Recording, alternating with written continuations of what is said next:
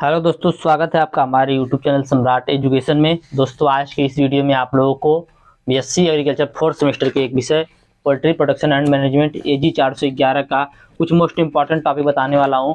मुर्गियों में लगने वाले विभिन्न रोगों के बारे में बताने वाला हूं, विभिन्न डिजीज के बारे में बताने वाला हूं कि ये रोग कैसे लगते हैं, इनसे बचने का उपाय क्या है, लग जाने के बाद हम लोग इससे कैसे बच सकते हैं। ठीक है, तो आप लोगों से रिक्वेस्ट है, आप लोग वीडियो को पूरा देखिएगा और वीडियो अच्छा लगे तो वीडियो को लाइक कीजिएगा, चैनल को सब्सक्राइब कीजिएगा, अपने दोस्तों के पास शेयर भी जरूर कीजिएगा। तो चलिए स्टार्ट करते हैं बिना देरी की। पहला क्वेश्चन सॉरी पहला टॉपिक, तो पहला जो डिजीज हम हुआ है रानीखेत या टुनकी या न्यू कास्टर रोग। कौन कौन सा डिजीज है? या तो रानी, इसे देखिए तीन नामों से जाना जाता है, रानीखेत के नाम से जाना जाता है, टुनकी के नाम से जाना जाता है और न्यू कास्टर रोग के डिजीज के नाम से जाना जाता है। ठीक है, तो यह जो रोग होता है यह एक तीव्र ज्वर संबंधी संसर्गी रोग है। यह एक तीव्र ज्वर संबंध संसर्गी रोग है। यह जो रोग है रानीखेत रोग, यह भी प्लेग रोग के समान होता है। जैसे प्लेग रोग किसी भी उम्र की मुर्गी को हो जाता है, वैसे ये जो रानीखेत रोग है यह भी किसी भी उम्र की मुर्गी को हो सकता है। यह मुर्गी की बीमारियों में से सबसे खतरनाक बीमारी है।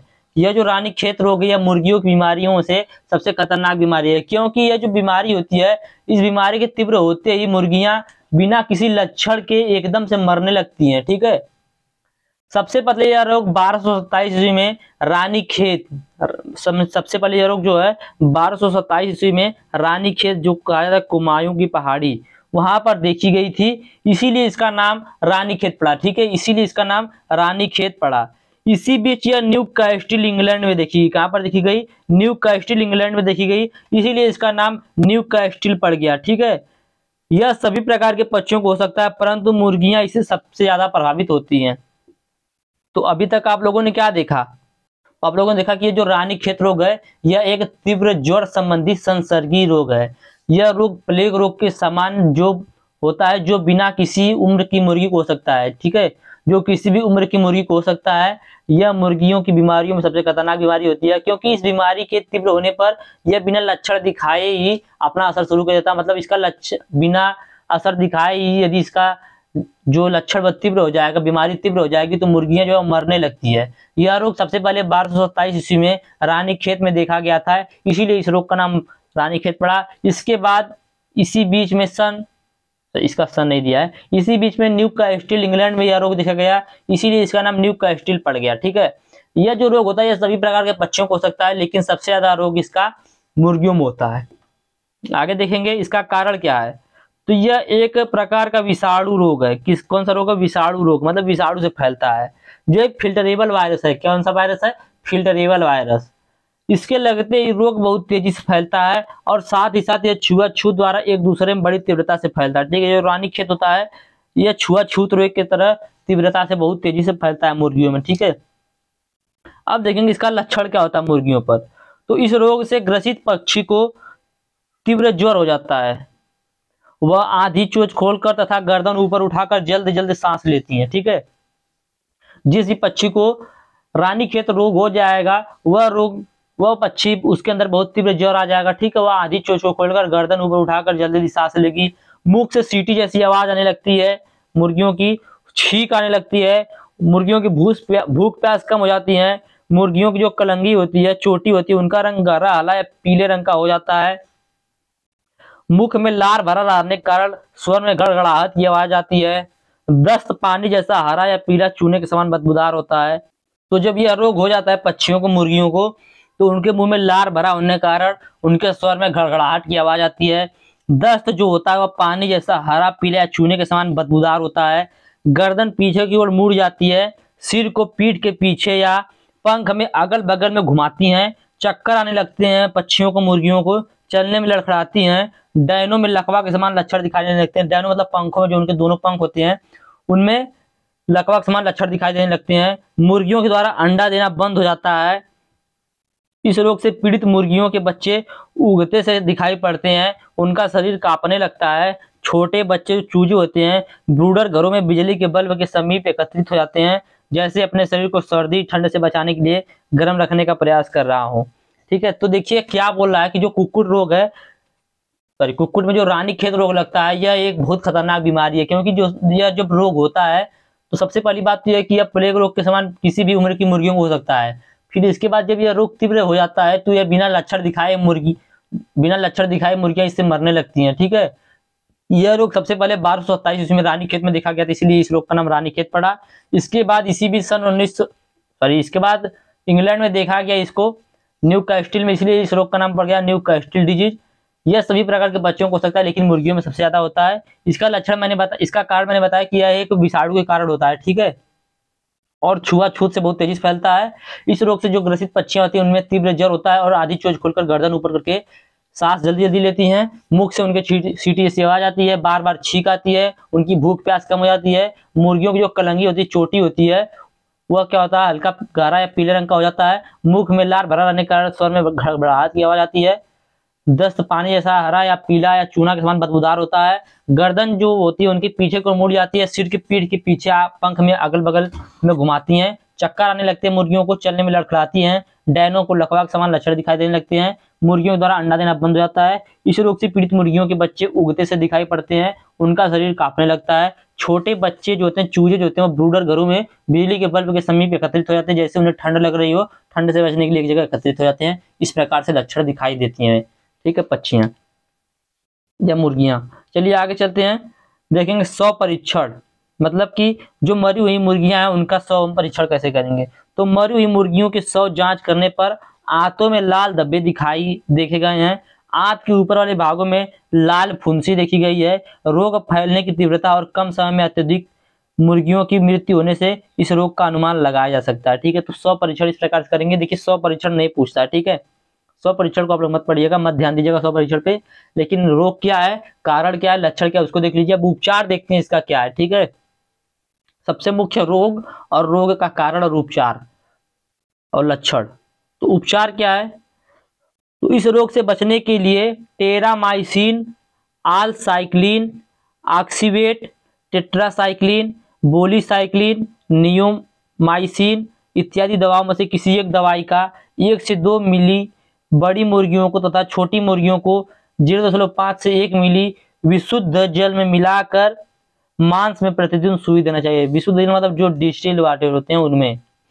ठीक है, रोग ग्रसित मुर्गियों या छोटे बच्चों को एंटीबायोटिक तथा विटामिन से आहार देना चाहिए। तो देखिए इसके उपचार के लिए क्या उपाय बताया जा रहा है, तो इसके उपचार के लिए यह उपाय बताया जा रहा है कि इस रोग से बचने के लिए जो मुर्गियां हैं उनको 1 से 2 मिलीलीटर बड़ी मुर्गियों तथा छोटी मुर्गियों में 0.5 से 1 मिली विशुद्ध जल में कुछ रसायन बता रहा है, जैसे टेरामाइसिन, आलसाइक्लिन, ऑक्सीवेट, टेट्रासाइक्लिन, बोलीसाइक्लिन, नियोमाइसिन। इन दवाओं में से किसी एक भी दवा का 1 से 2 मिलीग्राम लेंगे। ठीक है, 1 से 2 मिली लेकर क्या करेंगे, बड़ी मुर्गियों को तथा छोटी मुर्गियों को आधा मिली से 1 मिली लेकर शुद्ध वाटर, जो शुद्ध जल होता है, विशुद्ध जल, डिस्टिल्ड वाटर, उनमें मिलाकर प्रतिदिन सुई देना चाहिए। और जो रोग ग्रसित मुर्गियां हैं उनके छोटे बच्चों को एंटीबायोटिक या विटामिन से आहार देना चाहिए। इस प्रकार से हम लोग मुर्गियों की इस रोग से बचा सकते हैं। अब चलिए देखेंगे इसका नियंत्रण। नियंत्रण मतलब यह है कि हम क्या कर दें कि मुर्गियों में यह रोग हो ही ना। ठीक है, तो एक दिन के चूजे को लोसोटा या F1 रानीखेत का टीका लगाने से या उनको आंख या नाक के छिद्र में 1-1 बूंद डालने से 6 माह के लिए चूजे रोग से सुरक्षित हो जाते हैं। ठीक है, जो चूजे होते हैं, मुर्गियों के बच्चे होते हैं, उनको चूजों को एक लोसोटा आता है, लोसोटा एक दवाई है, लोसोटा या FA या F1, इसका टीका लगाने से उनके आंख या नाक के छिद्र में 1-1 बूंद डालने से 6 माह के लिए चूजे रोग से सुरक्षित हो जाते हैं, रानीखेत रोग से। ठीक है, दूसरा है 6 सप्ताह के बाद पुनः R2B रानीखेत का टीका 0.5 मिली मांस में 1 प्रति ml इंजेक्शन लगवाना चाहिए, जिससे 1 से 1.5 वर्ष तक रोग से मुक्ति मिल जाती है मुर्गियों को। ठीक है, आगे चलते हैं। अगला है रोग से मरे हुए मुर्गियों पर चूना या ब्लीचिंग पाउडर डालकर जमीन में गाड़ देना चाहिए अथवा जला देना चाहिए। दरबों एवं अन्य सामान्य उपकरणों को कीटाणु नाशक दवा के घोल में शुद्ध कर लेना चाहिए। तो इस प्रकार से हम लोग रानीखेत रोग से बचाव कर सकते हैं। इस प्रकार यदि बचाव करेंगे तो रानीखेत रोग नहीं होगा। ठीक है, तो उम्मीद करते हैं रानीखेत रोग आप लोगों को अच्छे से समझ में आ गया होगा। चलिए अब चलते हैं अगले डिजीज पे। अगला डिजीज है गुम्बोरो डिजीज, गुम्बोरो रोग। ठीक है, तो यह रोग जो है बहुत कम पूछता है, लेकिन मैं बता दे रहा हूँ क्योंकि पूछ सकता है इस बार की एग्जाम में।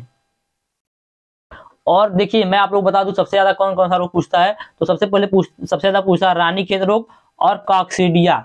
अभी आगे मैं आप लोग बताऊंगा कॉक्सीडिया रोग उसको पूछता है। तो पहले देख लेते हैं गुम्बरो रोग। तो यह पक्षियों में सफेद दस्त, कंपन व अधिक कष्ट पैदा करने वाली अति संक्रामक व घातक बीमारी है।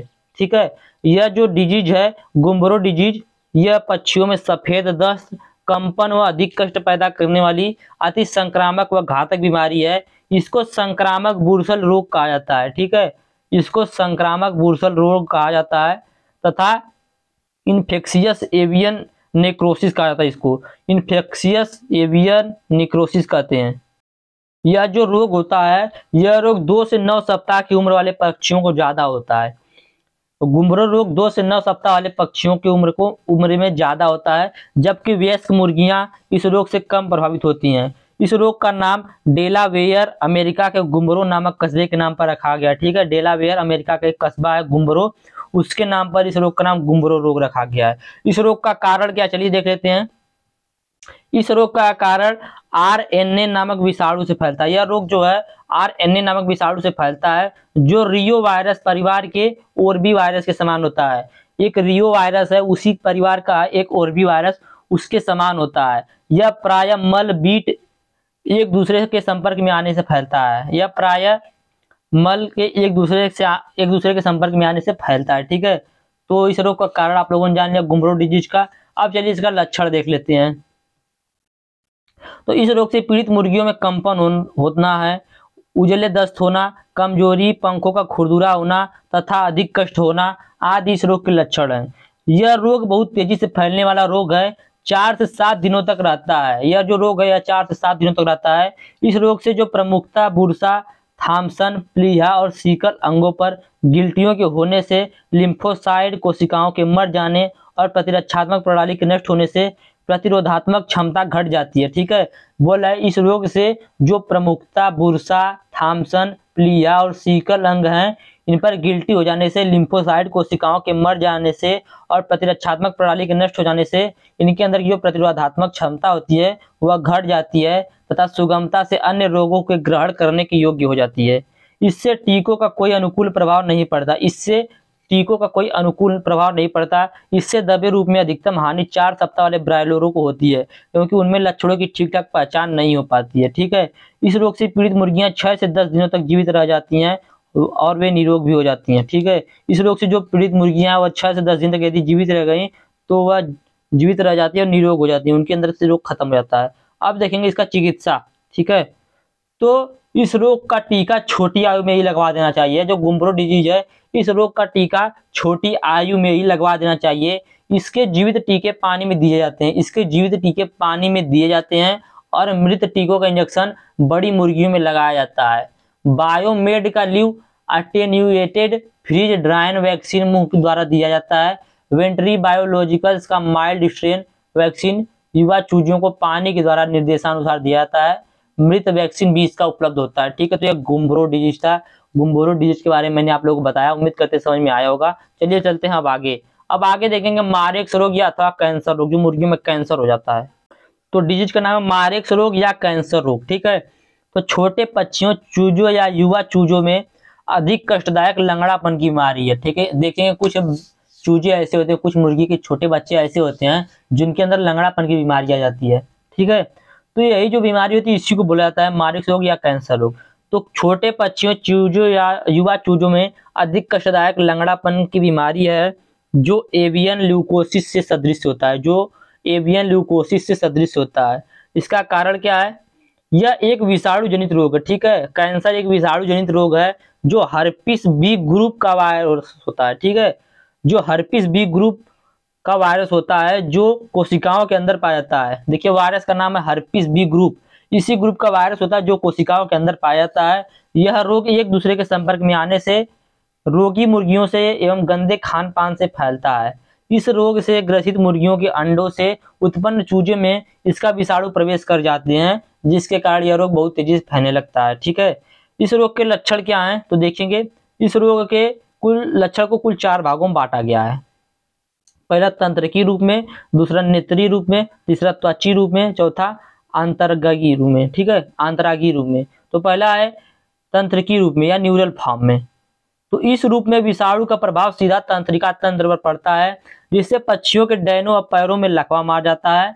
डैन झुक जाते हैं, उनके पैरों में कमजोरी हो जाती है, जिसके कारण रोग ग्रसित मुर्गी लंगड़ाने लगती है, उसकी भूख प्यास कम हो जाती है और उनकी वृद्धि रुक जाती है। तो देखिए यह तंत्रिकी रूप से प्रभावित होंगे, तंत्रिकी लक्षण है। दूसरा देखेंगे आकुलर फार्म, मतलब नेत्रीय रूप। नेत्रीय रूप से क्या लक्षण है? तो इस रूप में विषाणु का प्रभाव आंखों पर पड़ता है, जिससे आंखों की रोशनी कम हो जाती है, जिससे परितटिका का रंग नष्ट होने लगता है। परितटिका मतलब होता है आइरिस, उसका रंग क्या होता है? नष्ट होने लगता है, और वे मुर्गियां अंधी हो जाती हैं, जिसके फलस्वरूप मुर्गियां खाने पीने में असमर्थ हो जाती हैं और मृत्यु का शिकार बन जाती हैं।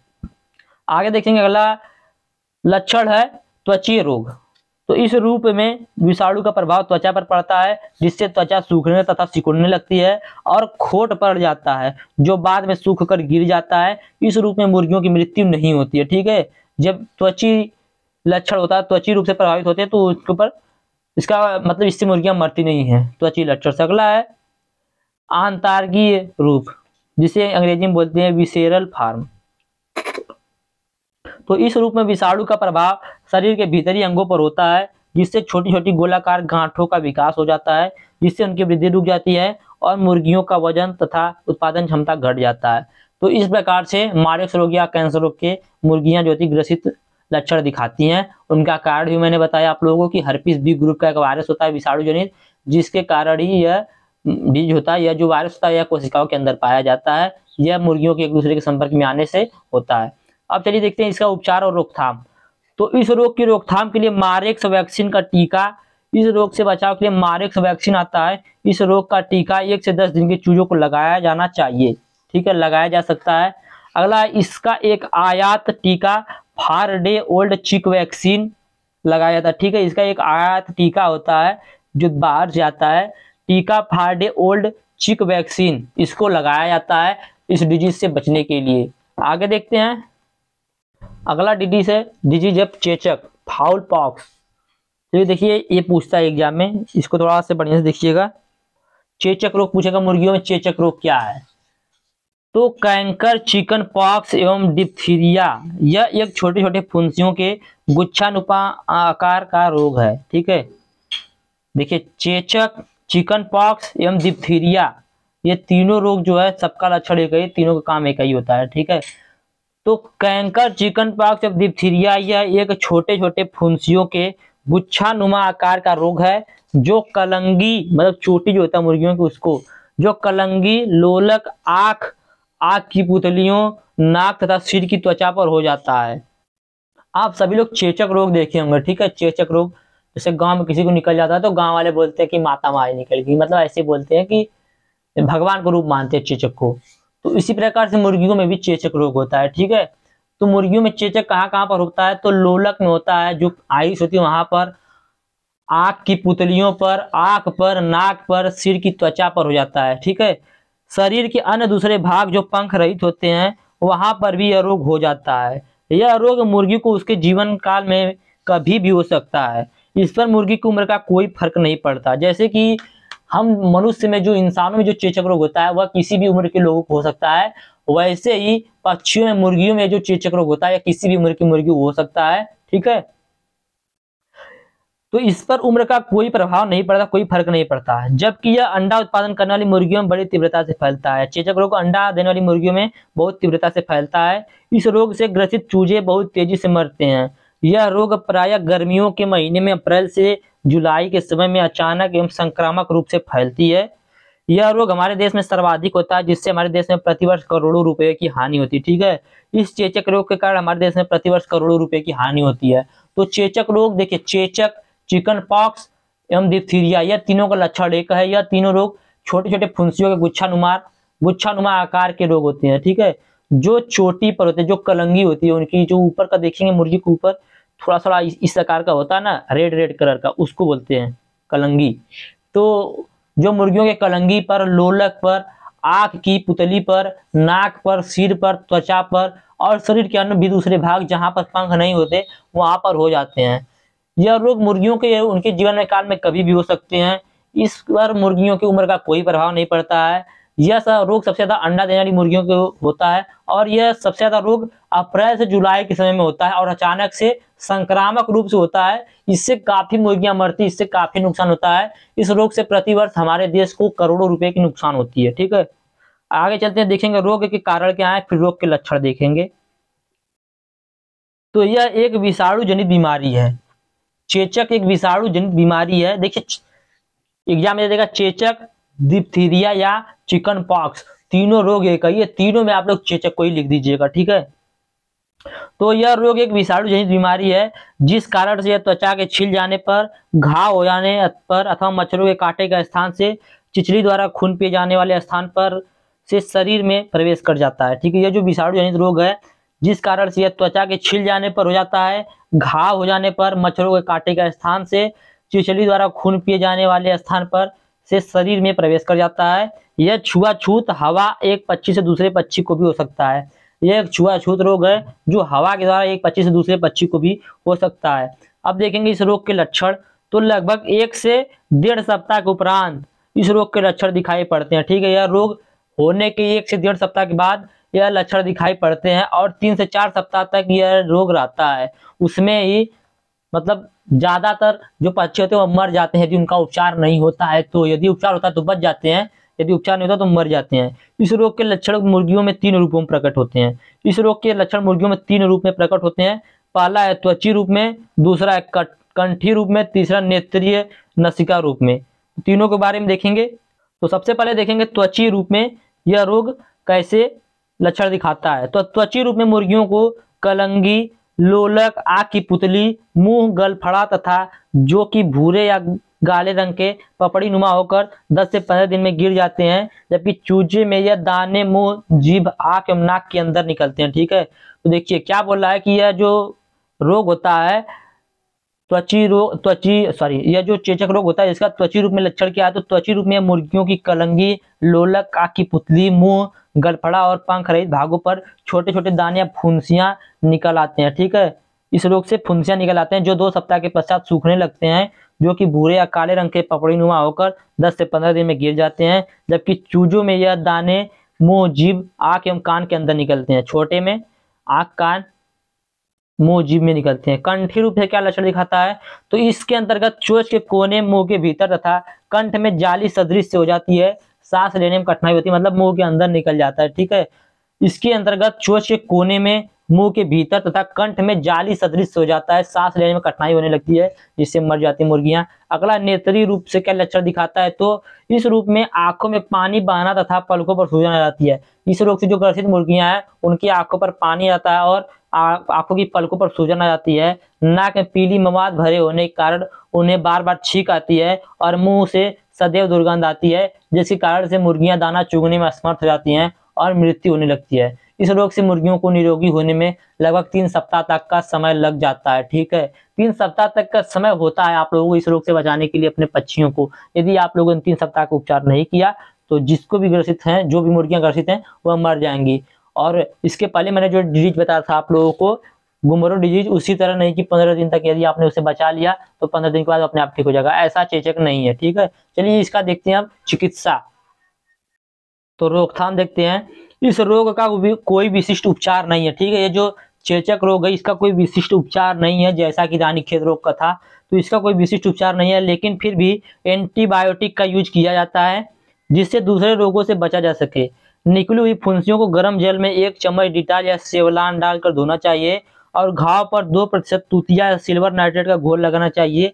एक बार मुर्गी के सही होने पर जीवन भर इस रोग से मुक्ति मिल सकती है। ठीक है, यदि किसी मुर्गी को रानीखेत रोग हो गया, यदि एक बार वह ठीक हो गई तो उससे जीवन भर इस रानीखेत रोग नहीं, चेचक रोग, तो यदि किसी मुर्गी को एक बार चेचक रोग हो गया उसके बाद वह उससे बच गई तो उसके बाद उसे जीवन भर कभी चेचक रोग नहीं होगा। ठीक है, लेकिन इस रोग से बचने का कोई विशिष्ट उपचार नहीं है, फिर भी एंटीबायोटिक का यूज किया जाता है ताकि उसे दूसरे रोगों से बचाया जा सके।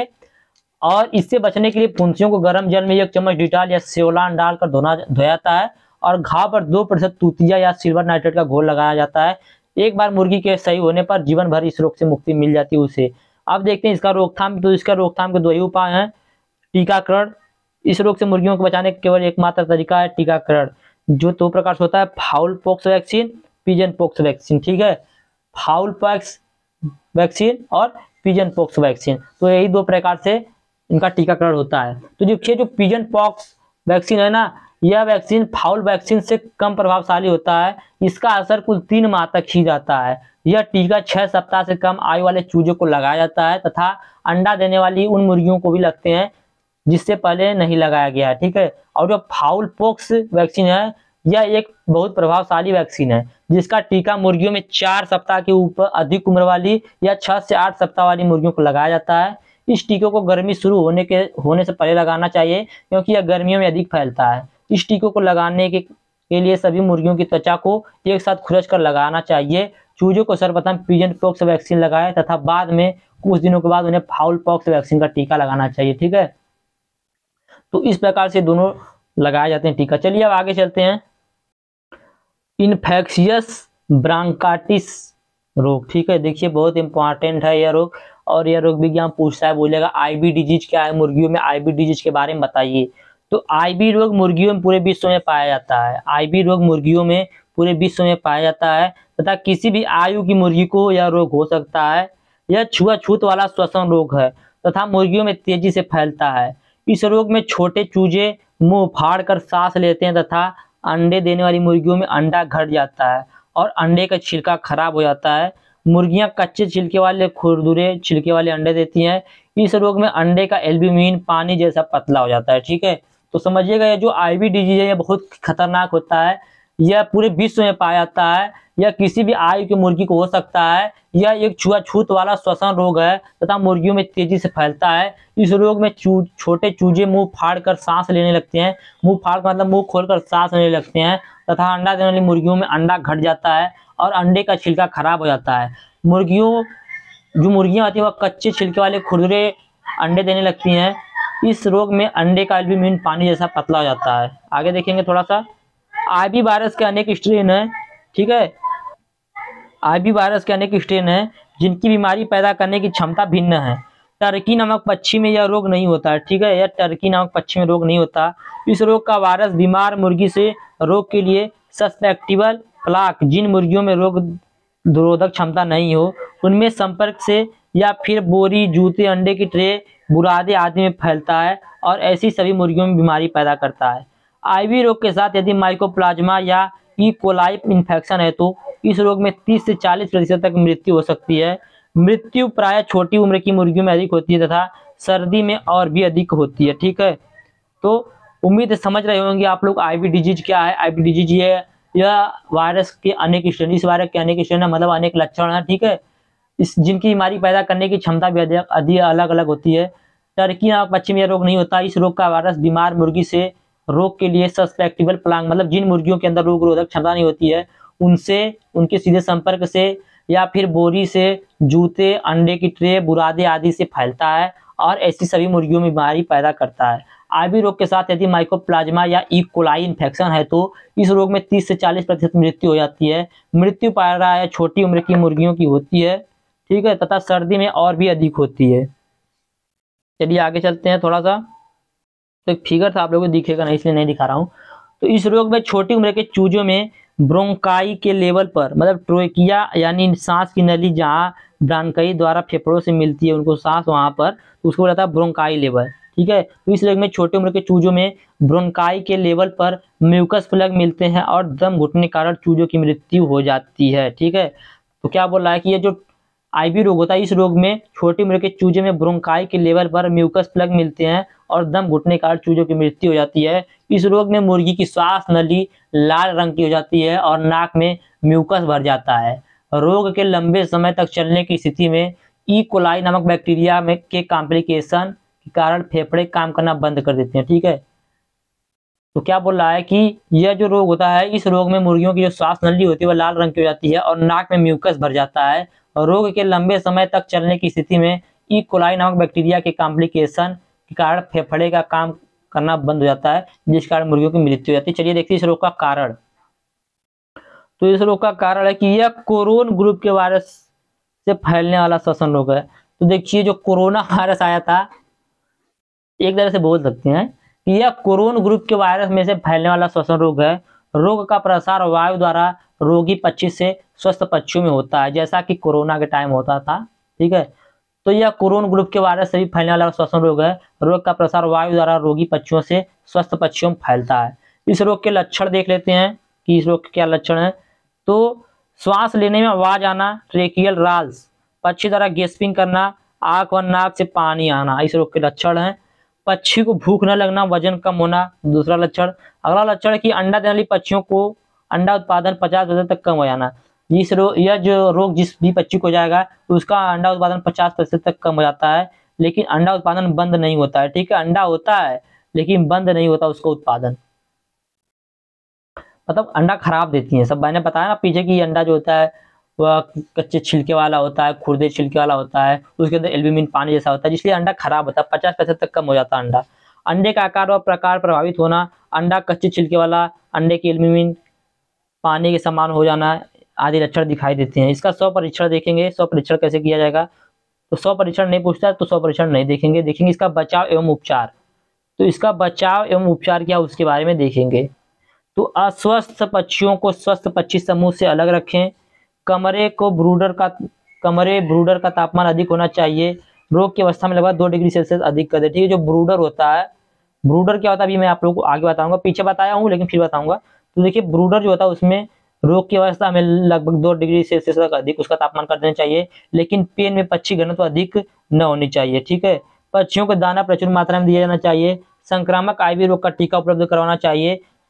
ठीक है, जिसे 0 से 7 दिन एवं 16 सप्ताह के आयु पर पीने के पानी में दिया जाना लाभकारी रहता है। ठीक है, तो यह हो गया आपका आईवी डिजीज। चलिए आगे चलते थोड़ा सा देखेंगे इन्फेक्शियस लैरेंजोट्रेकियाटिस। ठीक है, यह भी एक डिजीज है, तो इसको भी थोड़ा सा देख ही लेते हैं। जब यहाँ तक हम लोगों ने देख लिया, चलिए थोड़ा सा इसके बारे में सिर्फ देख लेते हैं कि रोग होता क्या है, क्योंकि देखिए यह रोग नहीं पूछेगा एग्जाम में, तो हम लोग एग्जाम बेस की तैयारी कर रहे हैं, लेकिन फिर मैं बता दे रहा हूँ। वायरस, यह जो रोग होता है वायरस द्वारा होता है तथा इस रोग के कारण बहुत आर्थिक हानि होती है। मृत्यु दर भी अधिक होती है। अधिक उग्र रूप से मुर्गी उत्पादन अच्छा दे सकती है। ब्रायलर्स में आहार उपयोग कम हो जाता है इस रोग के कारण। चलिए आगे देखते हैं। देखिए उस रोग को हम लोग नहीं देखेंगे। ठीक है, आगे जो ये वाला जो डिजीज देख रहे हैं कॉक्सिडियोसिस, समझ लिए इसका 75% चांस है एग्जाम में आने का। ठीक है, रानीखेत या इसमें से एक डिजीज जरूर आएगा।